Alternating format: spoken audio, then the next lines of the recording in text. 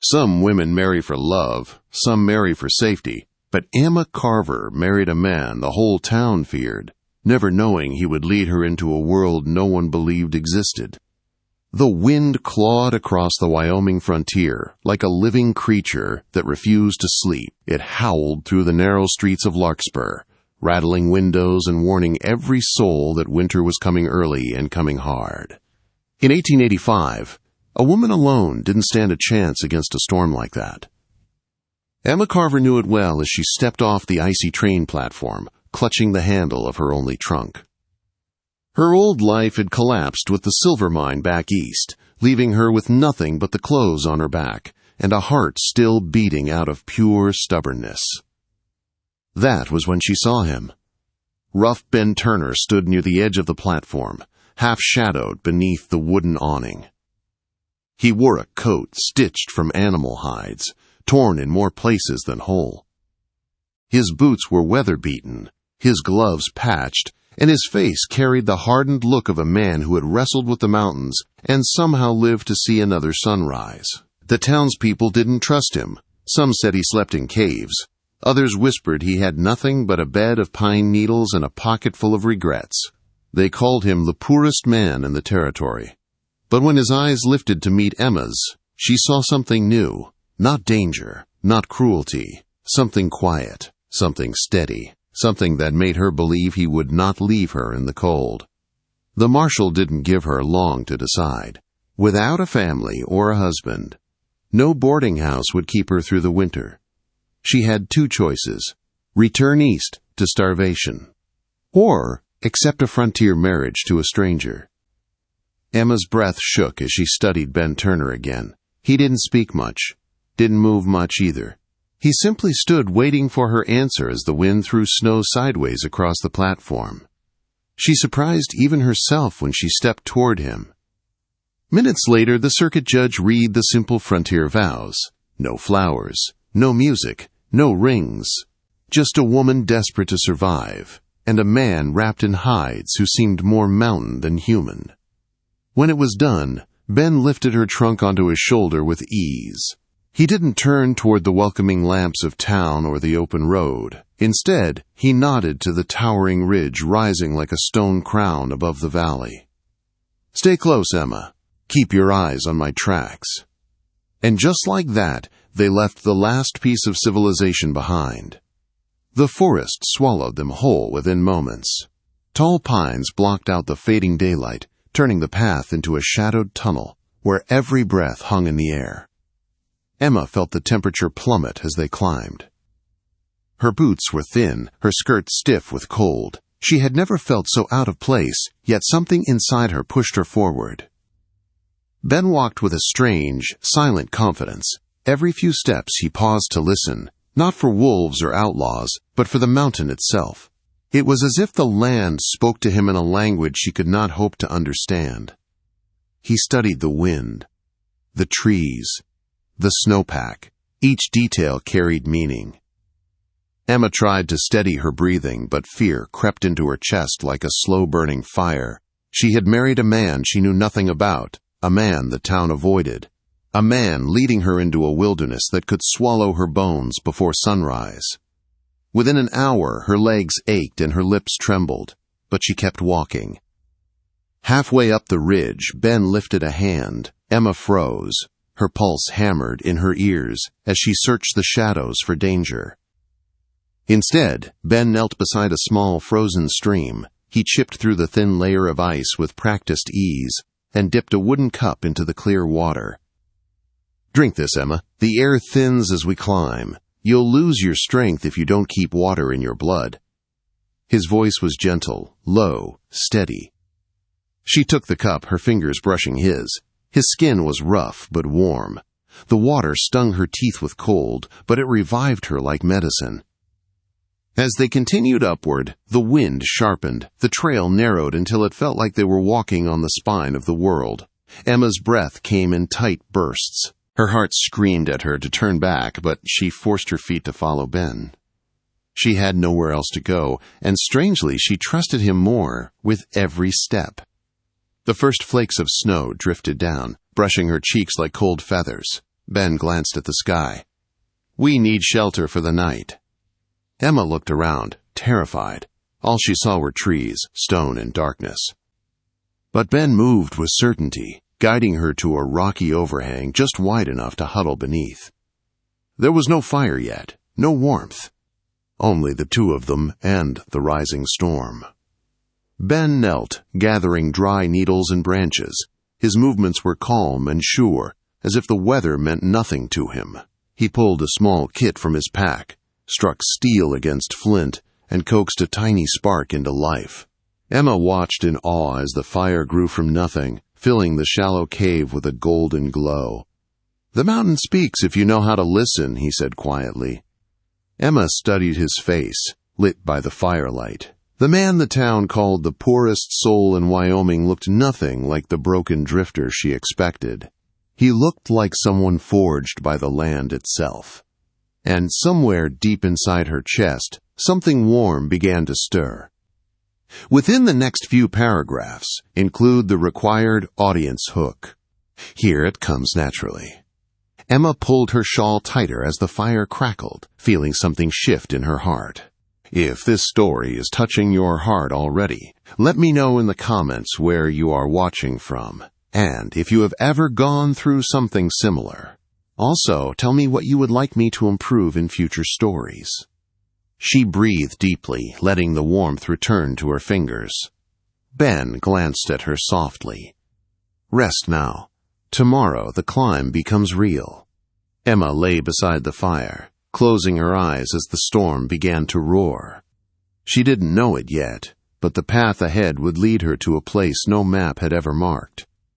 A place hidden above the clouds. A place only one man alive knew existed. And she had just married him. Morning came without sunlight. Instead, a heavy gray sky pressed down on the mountains, as if the whole world were holding its breath. Emma woke to the sound of the wind scraping across the rocks above them. Her body ached from the climb, and the cold had settled deep into her bones. Ben was already awake, crouched near the dying fire, tightening the straps on his pack with sharp, efficient movements. He studied the sky the way a doctor studies a patient. The air smelled of ice and danger. Emma saw it on his face before he even spoke. "A storm is building fast. We need to move." His voice was steady, but she could feel the urgency beneath it. Emma forced herself upright, shivering as she stepped out from the protection of the overhang. The air bit at her cheeks. The horizon had vanished behind a curtain of gathering white. They started climbing again. The ridge grew steeper with every step, turning into a ruthless staircase carved by nature. Emma dug her fingers into frozen roots and rocks, pushing herself upward even as her lungs begged for rest. Ben moved ahead of her, clearing loose stones, checking footholds, guiding her with a patience she didn't expect from a man who had lived so long alone.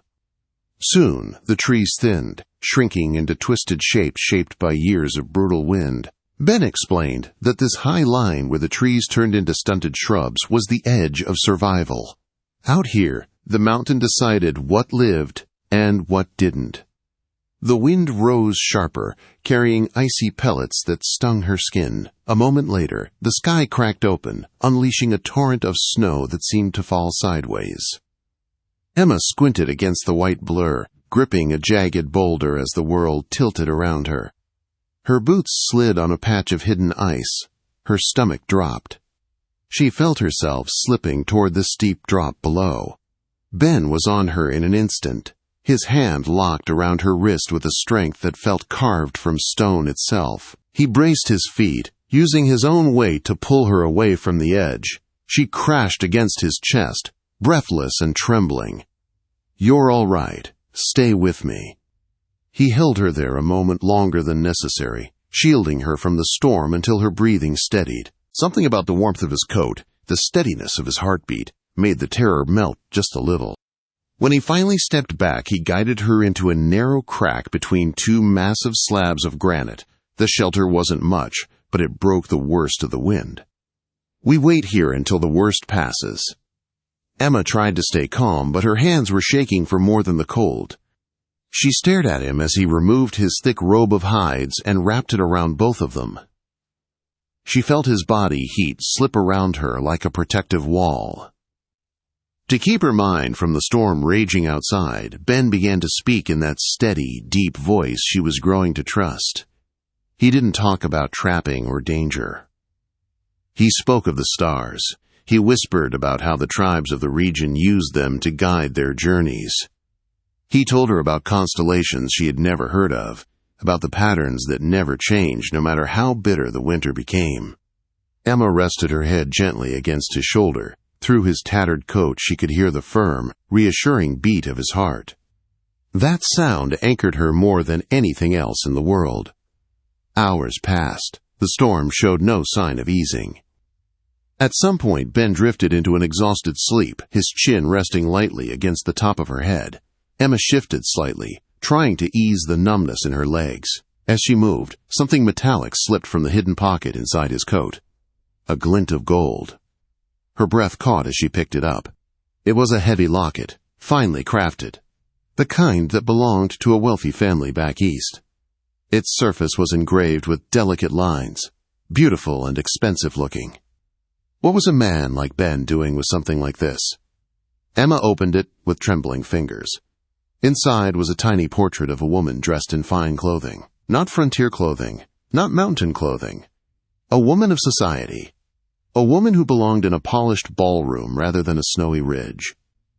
Next to the portrait was a small drawing etched into the gold. It looked like a blueprint, showing a grand structure with tall windows and sweeping balconies. A building no one could ever imagine on a mountain like this.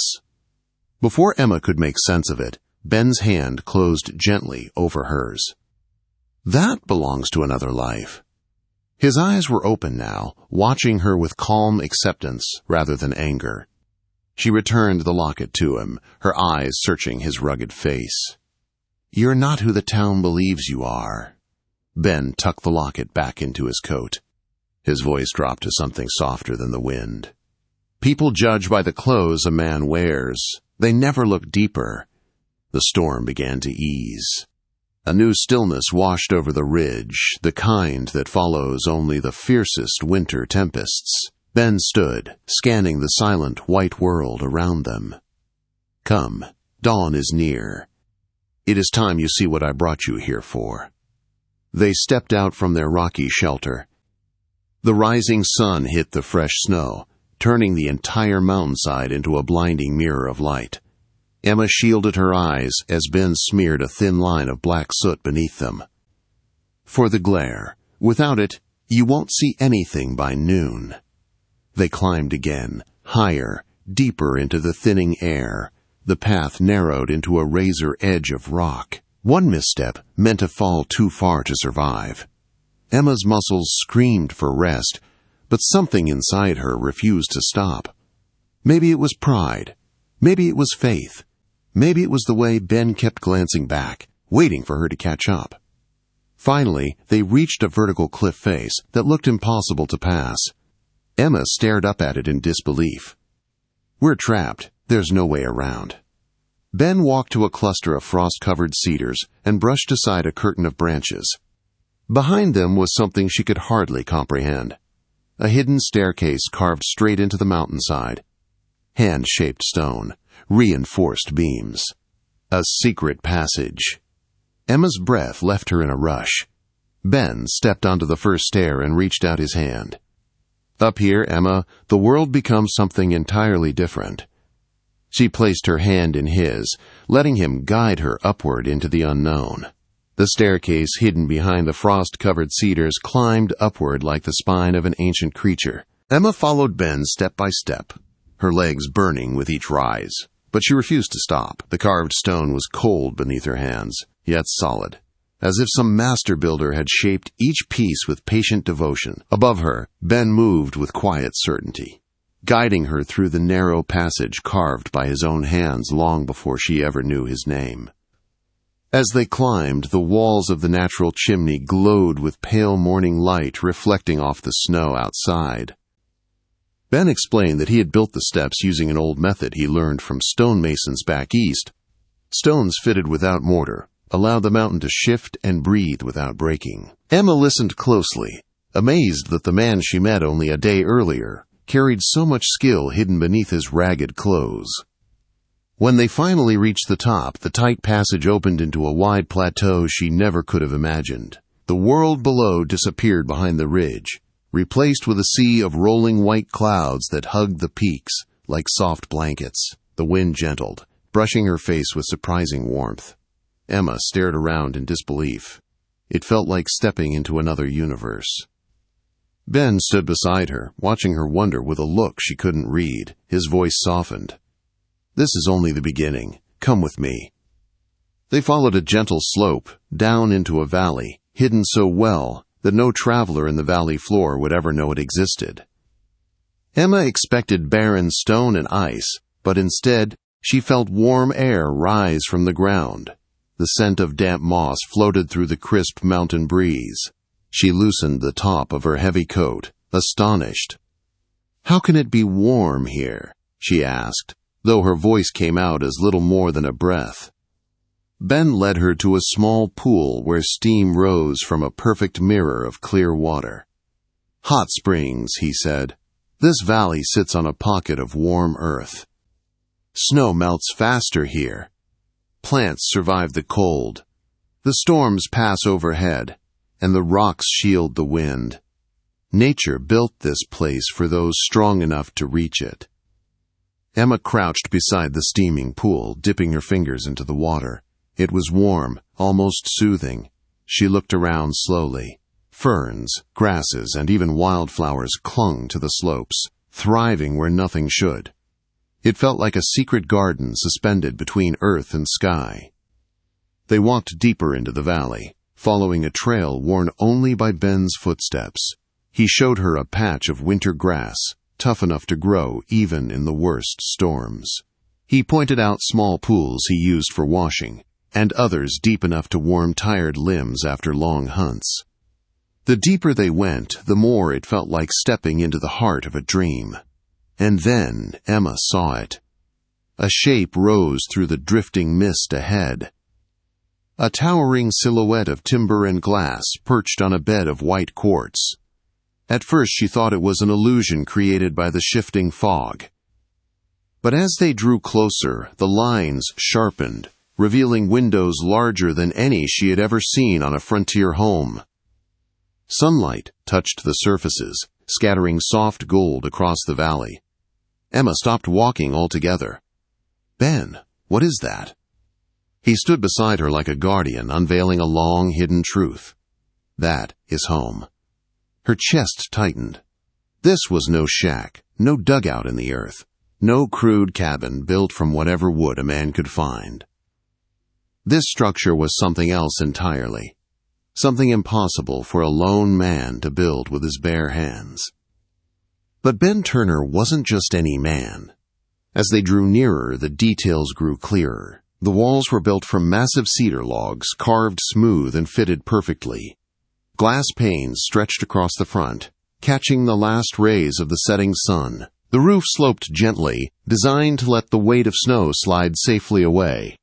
It looked nothing like the simple life the townspeople imagined for the man they called poor. It looked like a mountain palace crafted by someone who understood both art and survival. Emma turned toward Ben, unable to hide her disbelief. "How did you carry all of this up here?" Ben brushed frost from his beard, one piece at a time. "Some I carved myself, some I traded furs for. Nothing came easy, but everything here was worth the years spent building it." Inside the house, the air was warm and clean. Light from the windows poured across stone floors smoothed to perfection.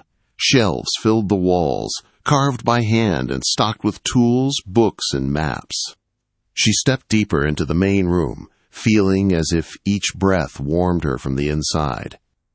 A copper lamp glowed softly in the corner, lighting a large table covered in drawings. Emma recognized the mirrors of the blueprint etched into the golden locket she had found earlier. Here they were in full form, far more detailed. Curved balconies, hidden stairways, reinforced beams and a flow of heat that used the earth itself as a furnace.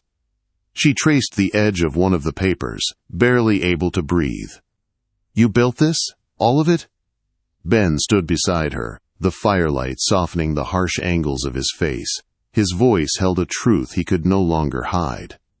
"My name wasn't always Ben Turner. Before I came west, I was Nathaniel Hartfield. I designed buildings for the wealthy back east. Marble halls, iron towers. Grand rooms built to show off the gold in their pockets." Emma turned slowly toward him. The ragged mountain man who wore torn hides and old boots had once walked the polished streets of New York. "What happened to you?" His eyes lowered to the table, and for a moment, the mountain around them seemed to grow quiet. "I lost someone. My wife. She grew sick in the crowded city air. I promised her I would build a place where the sky was clear and the wind was pure, a place where a person could breathe again." Emma listened in silence as emotion flickered through his voice like a weak flame fighting the cold. He swallowed hard, steadying himself. "But I waited too long. She never lived to see it. When she passed, I left everything behind. I came here to start again, to finish something that meant more than wealth." Emma looked around the room. The stone, the cedar, the glass. Every piece of the structure held a depth of love she could feel like a heartbeat. Slowly, she stepped toward him. "You didn't just build a house," she said softly. "You built a dream, and somehow you brought me to see it." Ben lifted his eyes, and for the first time since she met him, she saw a spark of hope there. Hope that didn't belong to a lonely mountain man, but to a person coming back to life. The first night inside the mountain home felt unreal to Emma, as if she were standing inside someone else's dream. Warmth radiated from the quartz stone walls, holding the winter outside like a defeated enemy.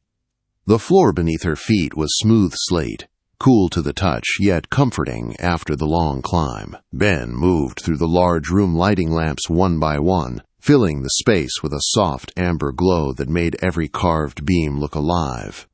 Emma stood quietly, taking in the impossible beauty. This place was nothing like the crude cabins she had seen in the valley towns. This was a sanctuary crafted with intention, patience, and skill. She ran her fingertips across the cedar shelves, noticing the rows of carefully arranged books, engineering manuals, botany guides, journals. Her eyes widened. "You kept all of this," she whispered, "even after leaving everything behind?" Ben paused, his back half turned. "I kept what mattered, not for wealth, for understanding. The world teaches different lessons depending on where you stand." Emma moved closer to the drafting table, gently tracing a line on one of his blueprints. The elegant curves and precise measurements showed a mind that never truly left its craft. "You were never poor," she said softly, "not in the way the townspeople believed." Ben rested his hand on the table's edge. "Money is the smallest kind of wealth. Knowledge, purpose, love, those are worth far more." He said it without arrogance, without emotion even, just quiet truth. The wind outside picked up, brushing against the glass like a restless spirit searching for entrance.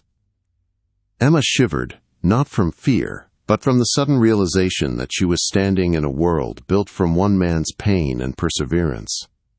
And he had chosen to share it with her. Later that evening, Ben boiled water using the gravity-fed system he had built from hollowed log pipes. The warm water flowed into a stone basin as naturally as if it had come from a kitchen tap. Emma watched in awe as he added dried herbs gathered from the valley. "This will help your muscles recover," he said, handing her a cup, "and it will keep sickness from catching hold during the deep winter." She sipped the bitter liquid and felt warmth settle into her chest. "You know so much," she said quietly. Ben shrugged. "The mountain teaches if you choose to listen. So does loss." They settled near the large hearth, the fire casting dancing shadows on the stone walls. Emma rested in a cushioned chair Ben had built himself, while he sat on the edge of a low bench, sharpening a small tool. For a moment, neither spoke. Silence in the mountains wasn't empty. It was full of memories, breaths, and the pulse of the earth itself. Emma finally drew a slow breath. "Ben, why did you bring me here?" Truly? Ben paused his sharpening. His eyes softened, the rugged mask slipping away. When I saw you on that platform, he said slowly, you looked like someone standing at the edge of a cliff, not because of fear, but because you had nowhere left to go. I recognized that look. I once carried it myself. Emma swallowed, emotion rising in her throat. The fire cracked softly between them. I didn't plan to bring anyone here again, Ben continued. I thought this place would be my final refuge. A home built not for living with someone, but for remembering someone. He didn't say the name of his lost wife. He didn't have to. The grief was woven into every quiet breath he took. Emma looked at him, seeing not a broken man, but a man who had rebuilt himself stone by stone. No amount of polished silver or fine clothing could replicate the strength forged by that kind of journey. She leaned back, letting the warmth of the hearth envelop her. This house isn't a tomb, she said softly. It's alive, and you made it so. Ben lifted his eyes, and for the first time she saw a small, weary smile. Maybe it needed another voice inside these walls. The winter storm hit that night with a fury that rattled the glass panes and drowned the ridge in blinding white. But inside the hidden home, warmth held strong. The thick stone walls and buried root cellar traps kept the temperature steady. The lights flickered gently, steady and calm. Days blurred into one another. Emma learned the rituals of mountain living. Ben taught her how to use the heated earth beneath the cellar to grow winter greens. He showed her how to dry herbs for medicine and how to read the movement of clouds for approaching storms. In return, Emma brought order to the house. She organized the shelves, cataloged his journals, and labeled his sketches. For years, Ben's brilliance had been scattered like seeds in the wind. Now, under her careful hands, they began to take shape. The partnership between them grew without either of them naming it. They cooked side by side, worked side by side, spoke softly at night when the rest of the world slept behind a curtain of snow. One evening, Ben brought out a roll of vellum he had never shown another soul and placed it on the drafting table. Emma unrolled it carefully, revealing plans for an addition to the home. Her eyes widened. "A new wing?" she said, tracing her finger over the detailed lines. Ben nodded. "I began this design months ago, but I never found a reason to build it." Emma looked again. This wasn't another workshop or study. It was softer, warmer. A nursery. A breath caught in her throat. Ben didn't speak again, but the meaning filled the room as clearly as if he had shouted it. Not a promise, not a demand. A hope. A quiet belief that life could grow here, that love could take root in the soil where grief once stood alone. Emma's heart felt too full for her ribs. Outside, the storm softened. The snow settled like feathers across the valley, glowing silver beneath the mountain moon. Emma turned to Ben. The firelight caught the edges of his face, carving out the lines of a man who had rebuilt not just a home, but a future. "You didn't rescue me," she whispered. "We rescued each other." For the first time since they met, Ben stepped forward and gently touched her hand, not out of duty, not for warmth, but because he wanted to. And for the first time in years, he allowed himself to feel that want. The wind outside lost its edge and settled into a soft hum. Inside, the mountain home felt steady and alive, its quiet heartbeat echoing the beginning of something new. Winter tightened its grip on the high ridge, turning the world below into a frozen battlefield. Snowstorms swept through the valley with a rage powerful enough to bury whole towns, but the hidden mountain home stood firm against each wave. Its quartz walls held heat like a living heart. Its cedar beams groaned softly under the weight of snow, as if humming a quiet song of endurance. Inside, Emma and Ben found a rhythm that felt older than the mountains themselves. The storm outside battered the windows, but Emma didn't flinch anymore. She sat near the stone hearth, warming her hands around a cup of rose-hip tea. The firelight danced across her face, softening every worry line she once carried. Ben sat across from her, sharpening a tool he used for carving, though tonight his movements were slower, more thoughtful. He looked at her in a way he hadn't before. Not with duty, not with guarded kindness, but with something deeper, something growing. They had become partners in every sense, learning each other's patterns and silences. Emma helped preserve herbs and vegetables grown in the warm cellar beds beneath the house. She learned how to mend Ben's hides, dry root vegetables, organize his journals into tidy rows, and cook hearty soups that warmed the bones. Ben, in turn, taught her everything the mountain had poured into him over the years. He explained how to predict a storm by watching the flight of birds, how to make salves from pine resin, how to gather winter greens that most travelers would never notice under the snow. Slowly, trust settled into their home like a steady fire that refused to die. One evening, as the storm outside reached a wild crescendo, Emma worked at the table organizing Ben's sketches, plans for new rooms, plans for new paths leading through the valley, even plans for a small, sheltered garden where she hoped to grow flowers when spring finally returned. She looked at Ben and saw something different in his eyes. He wasn't the broken hermit who rescued her from the train platform. He wasn't the lonely ghost the town whispered about. He had come alive again, and she had learned how to breathe again. Ben set aside his tools and stepped toward the large window. Through the swirling frost, the valley's warm pockets of earth sent clouds of steam drifting into the night. The moon cast soft silver across the snow, creating a dreamlike glow that made everything appear touched by magic. Emma approached, standing beside him. The window framed the world so perfectly that for a moment she forgot the hardship that lay beyond the ridge. Ben rested one hand on the thick beam beside the glass. His voice softened. "This place was once built only to keep me breathing. I didn't think there would ever be another soul inside these walls." Emma's heart tightened. What changed? Ben turned toward her. His eyes reflected the firelight, warm and full. "You did." Silence wrapped around them, not heavy, but tender. Emma felt her breath catch as she realized how deeply she cared for this man who had once been a stranger. She thought about the golden locket, the blueprint inside it, the life he had almost built for someone he loved. She wasn't replacing that woman. She wasn't erasing her. She was helping Ben begin again. The next morning, the storm finally broke. Sunlight spilled across the ridge, glistening on the untouched snow like a blanket of tiny diamonds. Ben pushed open the tall cedar door, letting a flood of crisp air into the home. Emma stepped outside, breathing deeply. The sky felt close enough to touch. Ben walked ahead, leading her to a spot overlooking the valley. They stood beside each other, gazing at the world he had once hidden from everyone. Emma felt a rush of emotion rise in her chest. Not fear, not sorrow. Belonging. Ben spoke without taking his eyes off the view.